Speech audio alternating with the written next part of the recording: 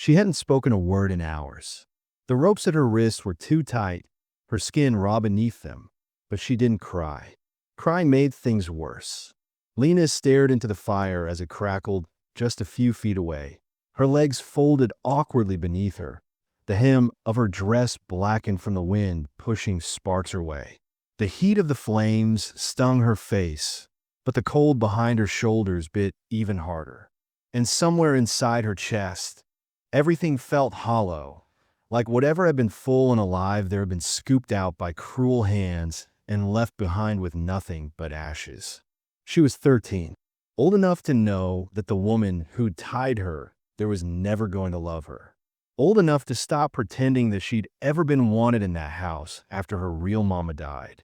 It was her stepmother's land, now that her father was gone. He died slow, took sick from working in the snow too long, trying to dig a path for the wagon town. Lena remembered holding his hand when he couldn't breathe right.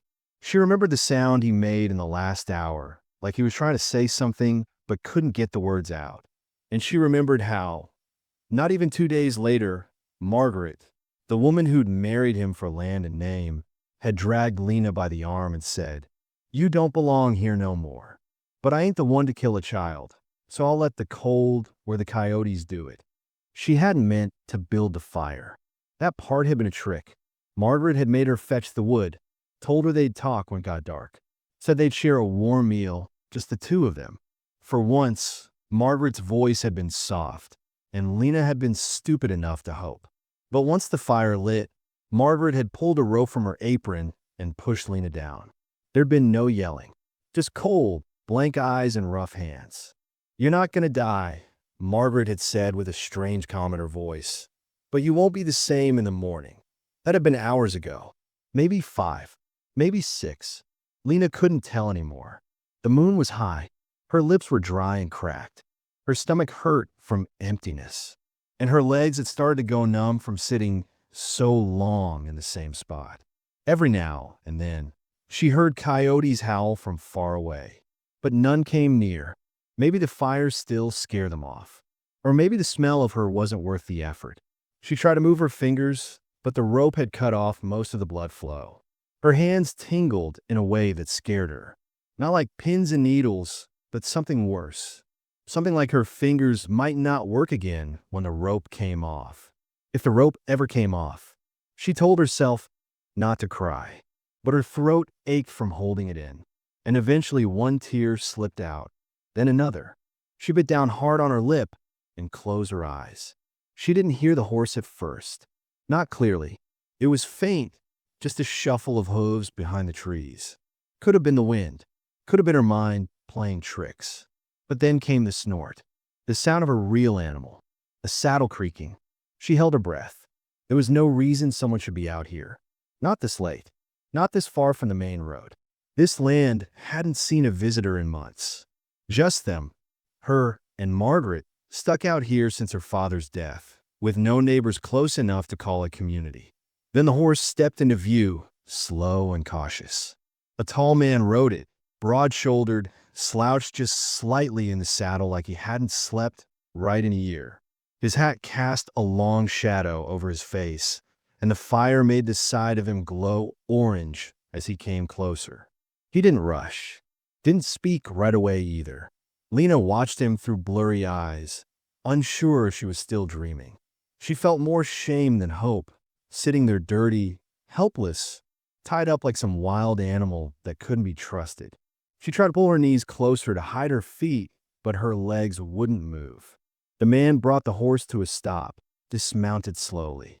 He looked around first, at the fire, at the rope, at her. "You all right?" he asked in a low voice. Lena couldn't speak. Her tongue was stuck to the roof of her mouth. She nodded, then shook her head, then gave up trying. He crouched beside her, close enough for her to smell sweat and saddle leather and something bitter like old whiskey. His hands were rough, the fingers thick and marked with old scars. When he reached for the rope, she flinched. "I ain't gonna hurt you," he said quietly, "but I'm gonna cut this loose." He pulled out a small blade and worked at the knots. It didn't take long, but every second felt like forever. When the rope fell away, Lena's hands dropped like dead weight to her lap. She tried to lift them, but couldn't. Her wrists were purple and raw. She looked at them like they belonged to someone else. The man didn't ask what happened. He didn't tell her to get up. He just stepped back, tossed the cut rope into the fire, and waited. "What's your name?" he asked. She opened her mouth, but her voice came out dry and hoarse. "Lena, you got people around here?" She shook her head. "What about that fire? Who tied you up?" She glanced at the dark trees. "Margaret." "Who's Margaret?" "My stepmother." The man didn't react right away.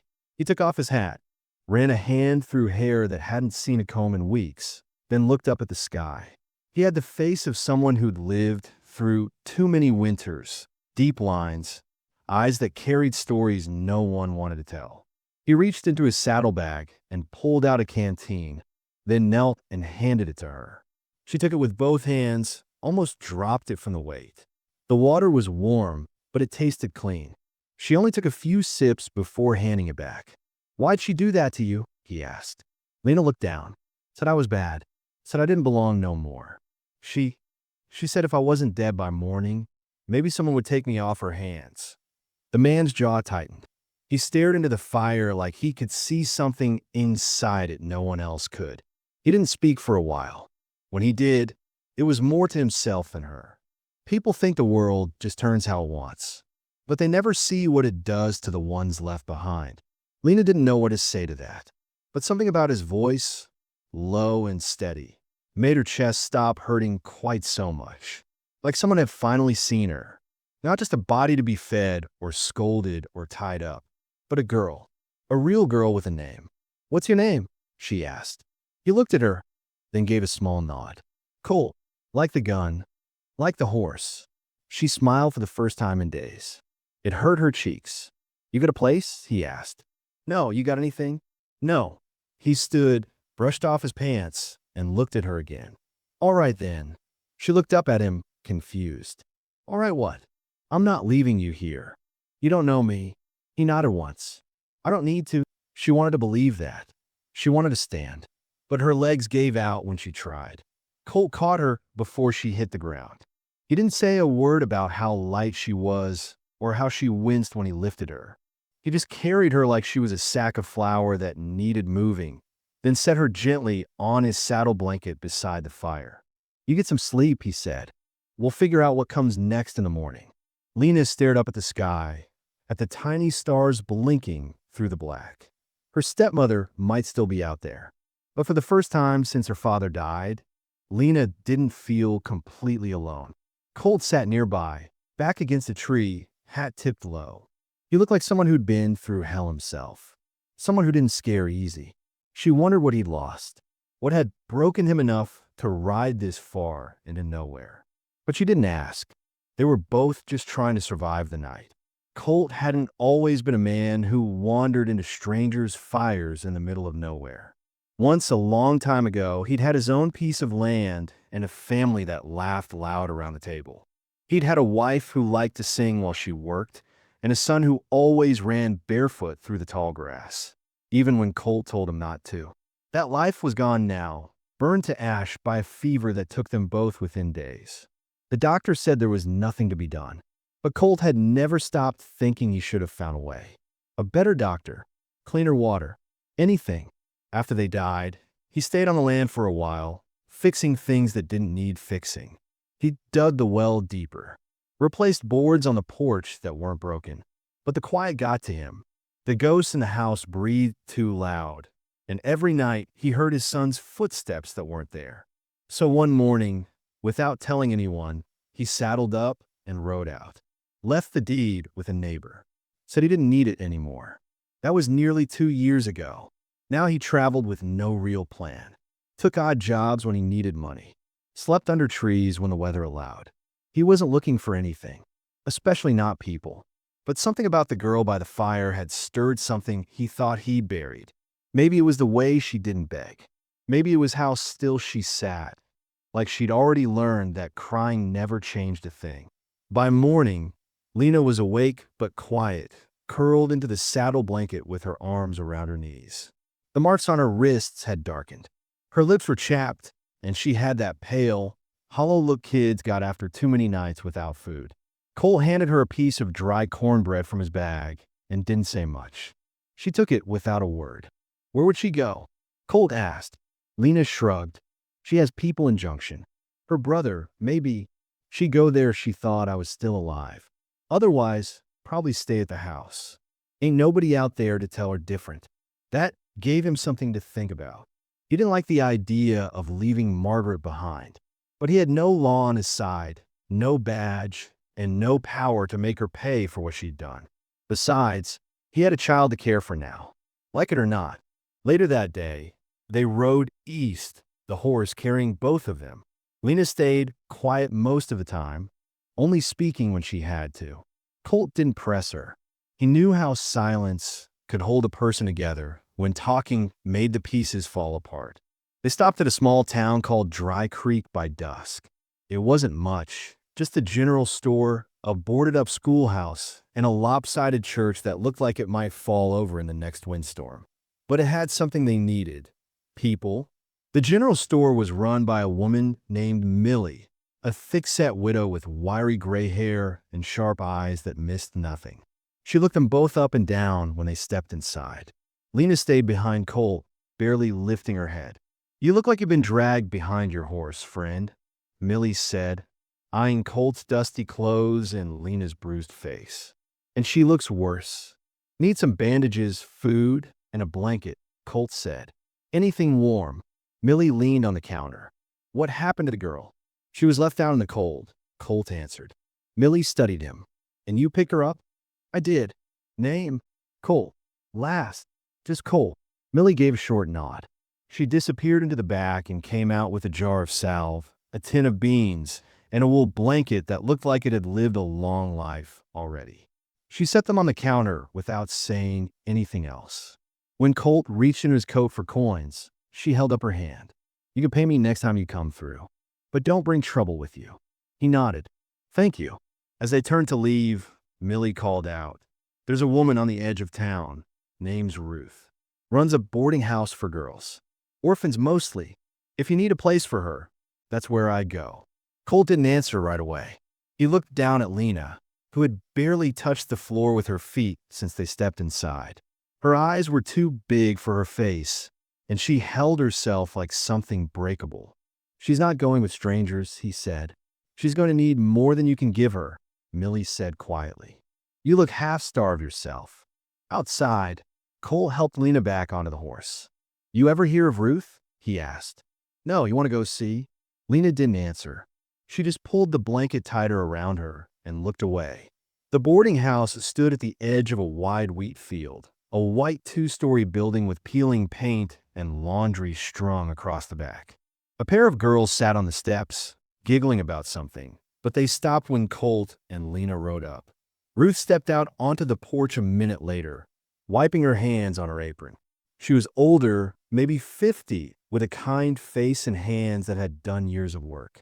Her eyes went to Lena right away. "She hurt?" she asked. Colt nodded. "She yours?" "Not by blood."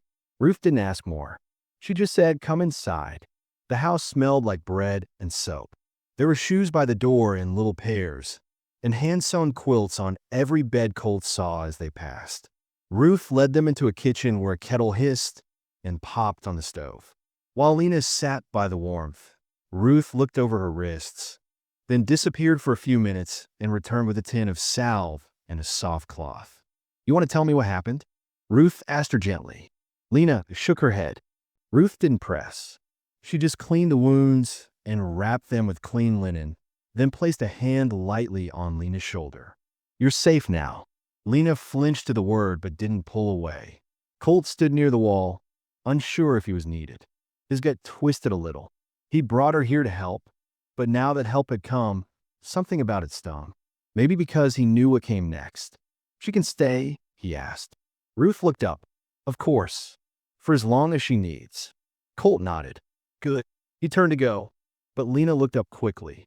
"You're leaving?" "I'll be back," he said, even though he didn't know if that was true. "Where?" He looked at her. "Don't know yet, but I'll come back."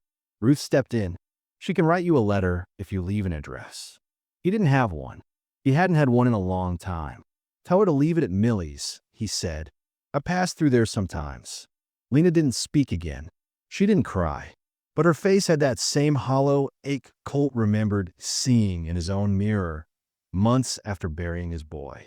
As he walked out, Ruth followed him to the door. She needs someone, she said. I'm no good for anyone. That's not true. He didn't answer. He mounted his horse, gave one last glance at the house, then turned east toward nowhere again. But by the time he crossed the ridge, his heart wasn't in it. The girl with bruised wrists and quiet eyes had taken something from him, something he hadn't expected to give. And somewhere deep inside, he knew this story between them wasn't over yet. Colt stayed gone longer than he meant to. He told himself it was for the best. He didn't have anything to offer Lena. No steady roof, no safe walls, no money worth counting.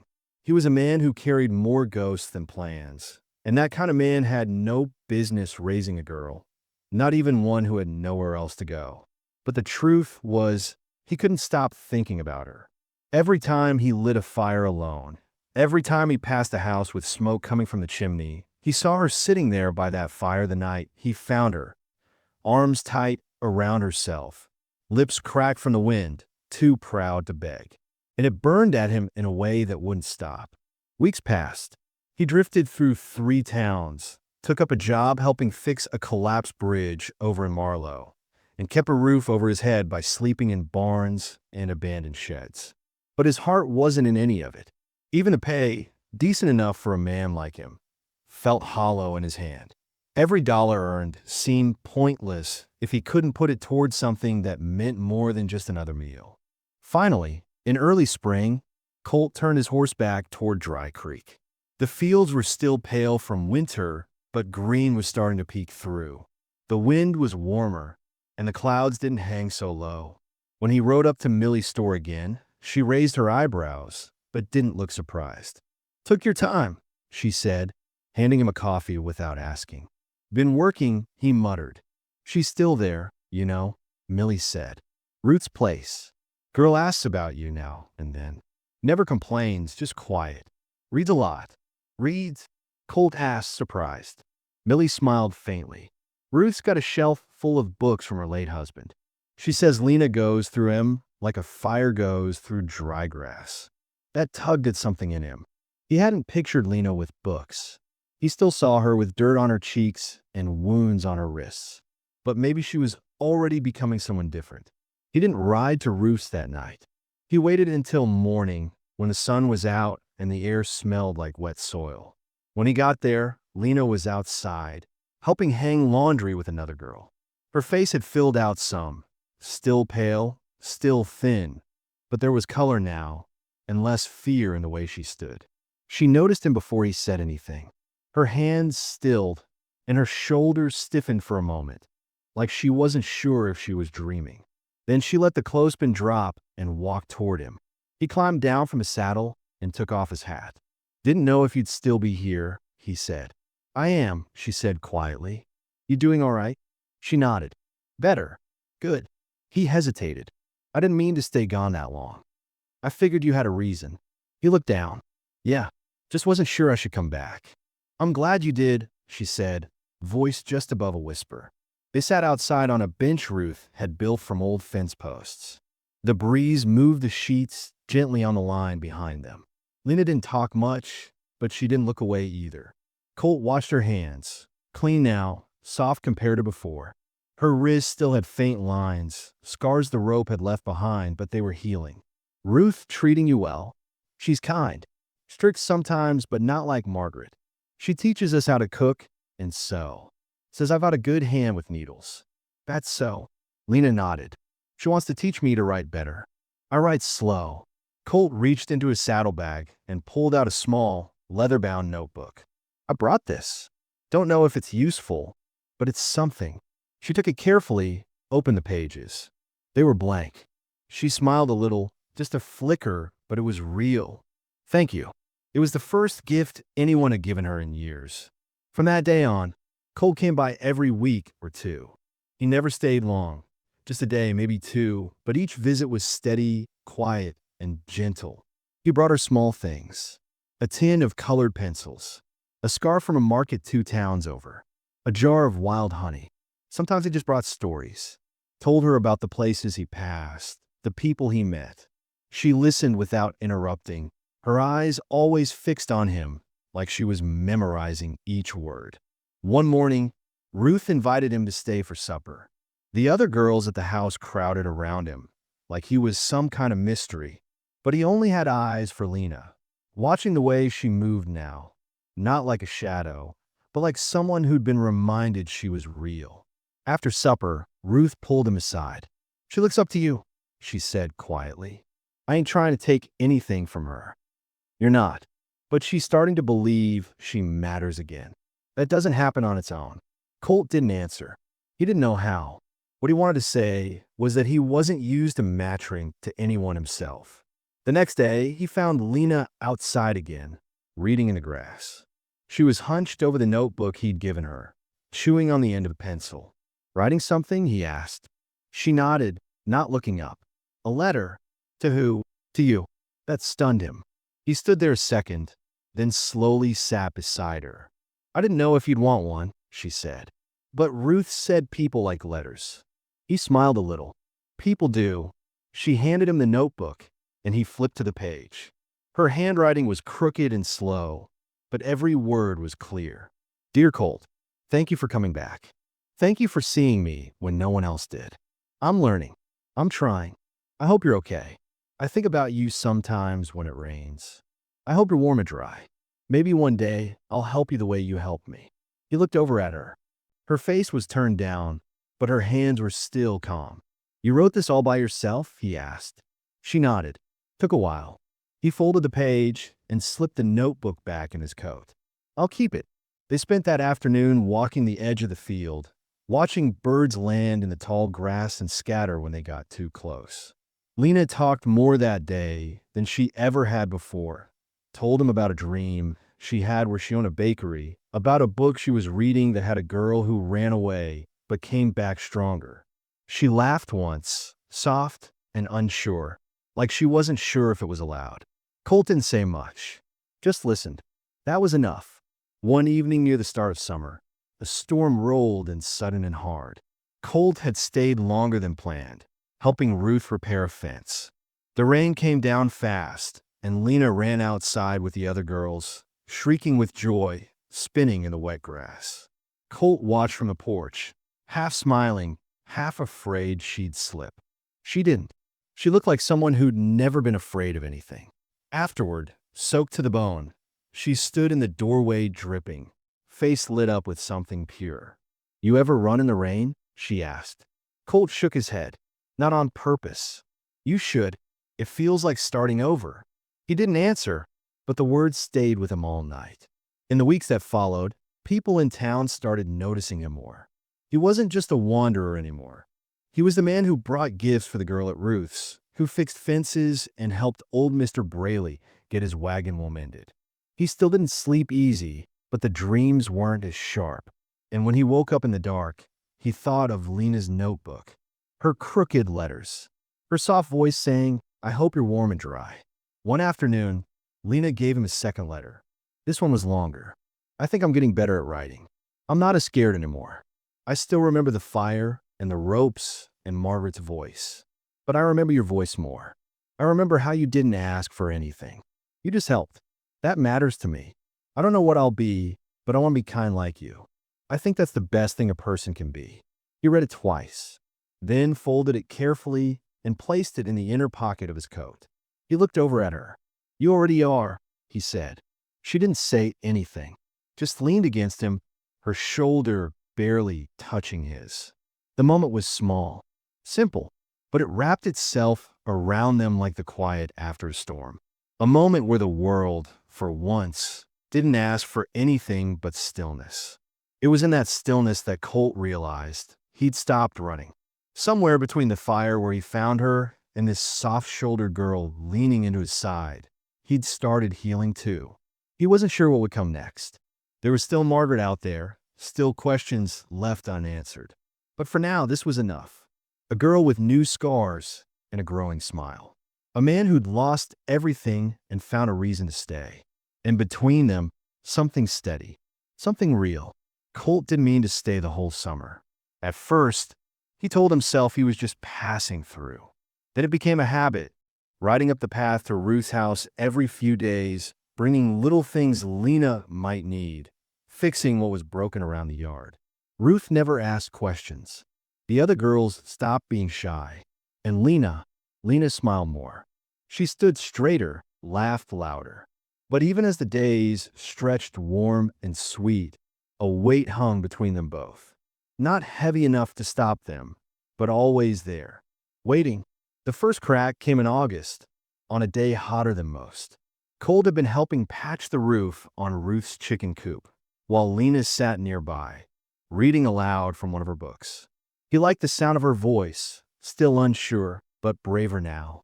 But when she turned the page and read the line, she'd finally come home, her voice faltered, her face changed, and she stopped reading altogether. Colt looked over. "You all right?" She didn't answer. She closed the book and stood quickly. "I forgot I said I'd help Ruth with supper." She didn't look at him, just walked inside. That night, she was quiet again, the way she used to be. She picked at her food. Her shoulders stayed tense. Cole tried to ask what was wrong, but she shook her head and mumbled something about being tired. For the next few days, something shifted. Lena didn't come out to greet him when he arrived. She stayed inside more. When he asked if she wanted to take a walk, she said no. When he offered to bring her into town for the market day, something she'd once been excited about, she gave a faint smile and said, "Maybe later." Colt sat on the front steps after she disappeared into the house. Ruth came out and joined him, brushing flour from her hands. "She's afraid," Ruth said simply. "Of what?" Colt asked. "Of how good it feels. You being here, things being steady. She's waiting for it to fall apart." Colt exhaled slowly, staring into the dry field. "I ain't going anywhere." Ruth gave him a knowing look. "You say that, but do you believe it?" He didn't answer, because he wasn't sure. The truth was, Colt had been waking up most nights again. Sweaty, breathless, heart pounding like he was back in that room, watching his wife cough her life away. The more he cared about Lena, the more those old fears crept up. The fear of failing again, of getting too close and losing everything. He knew what it felt like to bury someone you love. He'd done it twice, and he didn't know if he could do it again. He tried to push it down. He still showed up every few days, helped where he could, watched Lena from a distance when she didn't want to talk. But the wall was back up between them now, and he didn't know how to break it. Then came the letter. It arrived in town by mail, a plain envelope addressed to Ruth, but meant for Lena. The postmark was from Junction. Colt saw it before Lena did. He handed it to her without a word. She opened it slowly, eyes scanning the paper. And then her face changed again. Her hands trembled. She folded the letter in half and ran to her room. He didn't follow. But that night, Ruth pulled him aside again. "Her stepmother's coming," Ruth said. "Says she's coming to take Lena back." Colt's whole body went still. "She can't. She says she's blood. Says she's changed. The law doesn't know what she did." Colt stared at the floor. "Then I'll tell them." "And say what? That you found her tied up in the woods with no witnesses? No bruises left now. No rope. Just scars. She'll remember. They'll say she's confused. That she ran away. That she made it up." Colt felt his chest tighten. "She's not going back there." "I agree," Ruth said softly. "But the law won't care what we think." The next morning, Lena was gone. She left a note in the kitchen. Just a few shaky words. "I don't want her to find me. I'm sorry." Colt didn't hesitate. He saddled his horse and rode hard. Tracked every faint print, every broken branch. He followed her path across the back fields, past the old orchard, and down into the dry gulch where kids sometimes played when the creek wasn't running. He found her by a half-buried wagon wheel, curled up in the dirt with her arms wrapped around her knees. He didn't say anything at first, just climbed off the horse and sat near her. "You came," she said. "Of course I did." She looked up at him with red eyes. "I can't go back there, Colt. I can't, even if she says she's changed. I hear her voice sometimes still, in my sleep. I feel the rope. "You're not going back," he said firmly. "She's my stepmother. That's blood. Blood don't mean love. You know that." She looked away. She always said no one would believe me, that I was just some wild girl she tried to help. Colt didn't know what the law would say. He didn't know what the town would decide. But he knew one thing. She doesn't get to take you, Lena. You're not something to be claimed. A tear slid down her cheek. "But I don't belong anywhere." "You do. You belong right where people care about you. Where you're safe." She sniffled. "Why'd you come back?" He blinked. "What? You left before. You didn't have to come back. But you did." "Why?" He hesitated, then said the words he hadn't said out loud, even to himself. "Because you matter to me, and I've lost enough people already." Lena broke down then. Not loud, not dramatic, just soft, quiet sob like someone finally letting go after holding too much in. He pulled her close. She didn't resist. That night, they returned to Ruth's. Ruth had already spoken to the sheriff, who promised to come out and speak with Margaret before anything happened. They didn't know if it would work, but at least they weren't alone now. A few days later, Margaret rode into town. She wore a dress like mourning and spoke with syrup in her voice. Told everyone she'd come to reclaim her poor, misguided stepdaughter. Said she'd been looking everywhere, that she just wanted her family back. Lena stood behind Ruth while she talked. Didn't say a word. Her hands were clenched tight, eyes locked on the ground. When the sheriff asked for Lena's side, she opened her mouth. And for a second, nothing came out. Then she looked at Colt, just for a heartbeat, and spoke. "She tied me up by a fire and left me there. Said if I lived, someone else could take me. She didn't want me after my father died. She never wanted me." The sheriff was quiet a long time. Then he looked at Margaret. "You didn't report her missing." Margaret smiled thinly. "I was grieving. I didn't know how to. She says you left her to die. She's confused. She ran off. She says you tied her up. There's no proof. She's the proof." The sheriff didn't arrest Margaret, but he told her to leave town.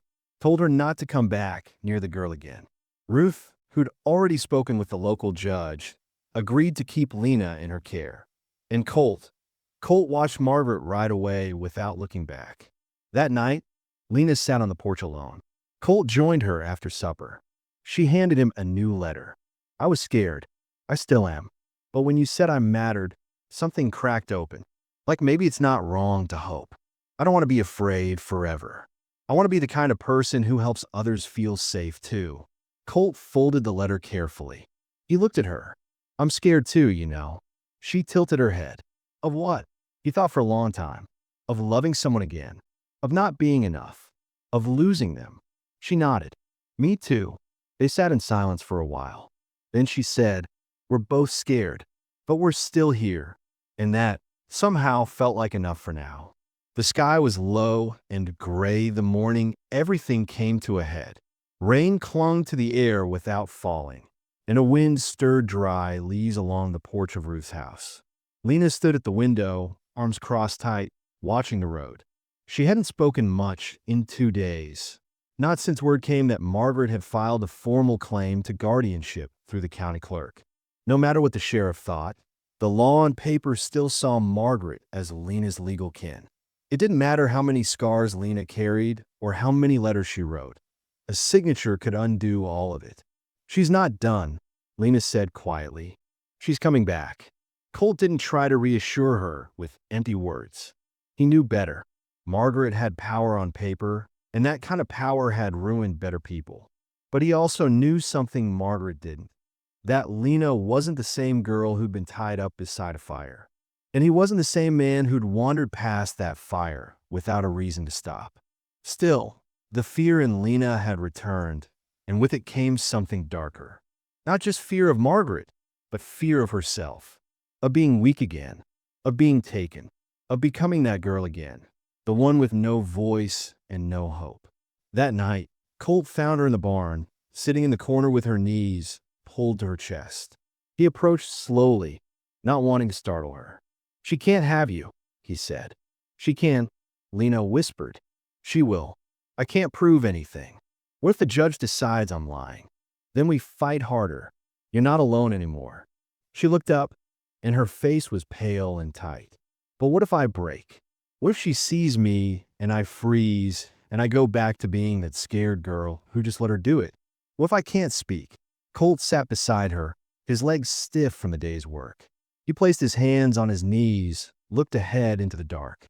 I saw my wife die, he said after a long silence. I held her hand and I couldn't stop it. My boy too. I sat in that house and listened to both of them go one by one. And I didn't move. I didn't scream. I didn't cry. I just sat. Afterward, I thought I was a coward. I hated myself for not fighting harder. Lena looked at him with wide eyes. But surviving, Colt said, his voice steady, doesn't make you weak. Freezing doesn't make you broken. It means you did what you had to do to stay alive. That's not failure. That's endurance. Lena blinked quickly, her throat moving as she swallowed something back. You didn't break, Lena. You bent, but you didn't snap. She leaned into him, quiet, then said, I don't want to be scared of her anymore. Then we face her, he said gently. Together. 2 days later, the hearing was set. A judge from 3 towns over was scheduled to come through Dry Creek to settle the matter. Margaret had sent a formal letter with a lawyer's stamp and a long list of phrases about guardianship, property, and moral upbringing. She even claimed Lena had been manipulated by a drifter and needed to be returned for her own safety. When the judge arrived, Colt could feel the weight in the room. Lena sat beside Ruth in the town hall office, her hands hidden under the table, her eyes flicking toward the door every few seconds. Margaret walked in wearing a fine black dress and gloves like she was attending a funeral. Her smile was thin and practiced. I've come to bring my stepdaughter home, she said, placing the papers down. The judge looked through the documents slowly, glasses slipping down his nose. Then he turned to Lena. Miss Lena, he said kindly, do you want to go back with your stepmother? Lena hesitated. Everyone waited. The room was too quiet. Then Colt spoke softly. It's all right. Lena took a breath. Her voice was small but steady. No, Margaret's mouth tightened. She's confused. She ran away. She didn't run. Ruth cut in sharply. She was left tied beside a fire with rope burns and bruises. You don't have proof, Margaret snapped. Lena is the proof, Ruth said. The judge held up a hand. Let the girl speak. Lena looked down for a moment, then slowly lifted her head. She tied me up, she said. She said if I died, it was the Lord's will, that I wasn't her blood and didn't matter. She left me in the cold. I waited all night for her to come back. She never did. Her voice didn't shake. The judge watched her carefully. And you're certain of this? I remember everything, she said. The rope, the fire, the words she said. Margaret leaned forward. She's lying. She's been poisoned against me by this man, this stranger. Colt stood now, calm, steady. I didn't poison her. I found her. That's all. She was tied and near hypothermia. I got her warm, got her to Ruth. That's all. She needs family, Margaret hissed. She had family, Ruth said firmly. And that family abandoned her. The judge stood slowly. That's enough. He looked down at the papers, then at Lena again. This child isn't going with you, ma'am, he said to Margaret. I'm assigning temporary guardianship to Ruth Collins until a full investigation can be completed. Given the testimony and the girl's condition when she was found, I believe there's enough concern for her safety. Margaret opened her mouth, but the judge raised a hand. If you speak another word, I'll have you escorted out. Margaret's face flushed with rage. She stood up fast, grabbed her handbag, and stormed out the door without looking back. Lena didn't cry. She just sat still, staring at her hands. After a long moment, she said, It's really over? For now, Ruth said. She can't touch you now. Colt put a hand on Lena's shoulder. You did it. I didn't think I could, she whispered. You did. She stood and turned to him. I was so sure I'd freeze, that I'd forget how to speak. But I didn't. You remembered who you are. She looked up at him. I remembered what you said, that I bent, but I didn't break. The words held weight. For both of them. That evening, they returned home in silence. The wind was strong, pushing clouds across the sky, but the air felt cleaner somehow. Later, by the fire, Lena sat beside Colt, the old notebook in her lap. She handed him a fresh page. Today I spoke, for the first time without fear. It didn't heal everything, but it cracked something open. I don't know what tomorrow holds, but I know I don't have to hide anymore. I'm not the girl in the fire. I'm the girl who lived. And I'm not alone. He read it slowly. His eyes stung, but he didn't blink it away. I'm proud of you, he said. I'm proud of me too, she whispered. They didn't say much else that night. The fire cracked softly between them, and the wind outside pressed against the windows. But inside the little house, for the first time in a long time, there was peace. And that peace wasn't the end of the story. It was the beginning of something stronger. Something earned. Something real. The days after the hearing moved gently, like water smoothing over old stone. Lena no longer watched the road. She didn't flinch when doors opened or voices rose. The fear hadn't vanished entirely. It still curled around her now and then, in quiet hours or dreams she didn't speak of, but it no longer ruled her. Something deeper had taken root in its place, a quiet knowing. She'd stood up. She'd spoken. She'd been heard. And that changed everything. Colt felt it too. The air between them was different now, softer and closer.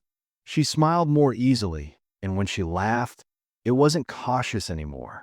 He saw her for who she truly was, not just the girl who'd survived something terrible, but the girl becoming something stronger than it. A girl growing into her own voice. And more than once, when their eyes met in passing, something unspoken passed between them. Gratitude, respect, maybe even something heavier, something neither of them had the words for yet. He stayed longer now. Ruth didn't ask why. She simply let it be. Colt repaired a barn roof that had leaked for years and built a new coop for the hens. He fixed a fence post no one else had bothered with. Lena worked beside him often, sleeves rolled to her elbows, dirt under her nails, that determined tilt in her brow. He didn't ask her to. She just showed up one morning with a hammer in hand and said, "Might as well learn something." One evening as the sun sank behind the hills, they sat in the tall grass behind the house, watching the light fade into gold. A soft breeze moved through the field, brushing over them like a whisper. Colt sat with his knees drawn up, arms resting over them. Lena lay on her back beside him, hands folded on her stomach, eyes on the sky. "I used to think I'd never be anything but broken," she said. "You're not broken," he said quietly. "I know. Now I do. But I didn't think anyone would help me believe it." She looked over at him. "You didn't try to fix me. You just stayed."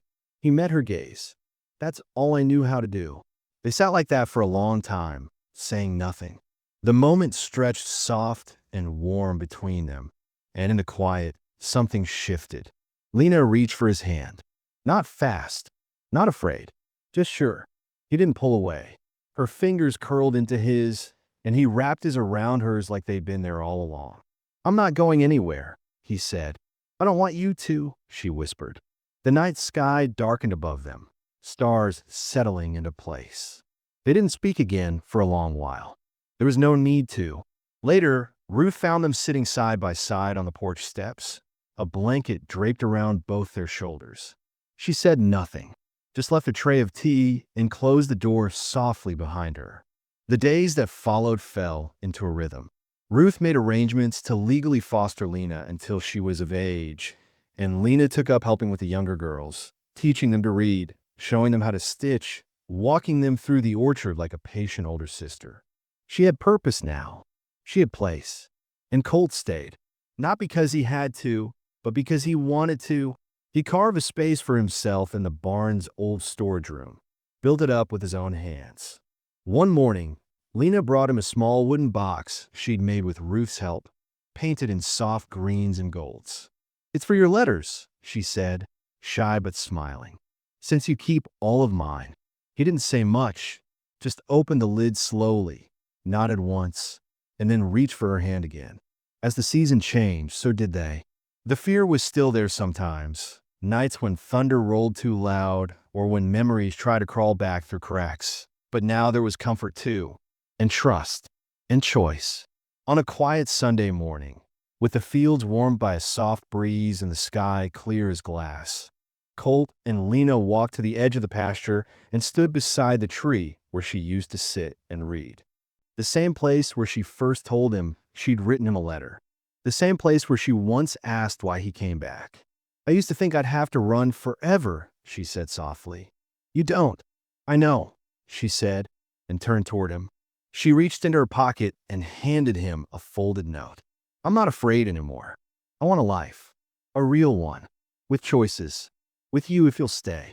He unfolded it, read every word, then looked at her with something new in his eyes. Not pity, not protectiveness, just love. Real, deep, quiet love. He didn't speak, just reached out, cupped her cheek in his hand, and kissed her forehead. It wasn't hurried or uncertain. It was simple, full, steady. And Lena, the girl who had once been bound by fire, leaned into it with all she was. Later that week, Ruth found them in the garden, side by side planting rows of onions. She smiled, wiped her hands, and went back inside. Life would still hold hardships. The world wouldn't always be fair. But Lena had her voice now, and Colt had a reason to stay. Together, they'd built something no one could take from them.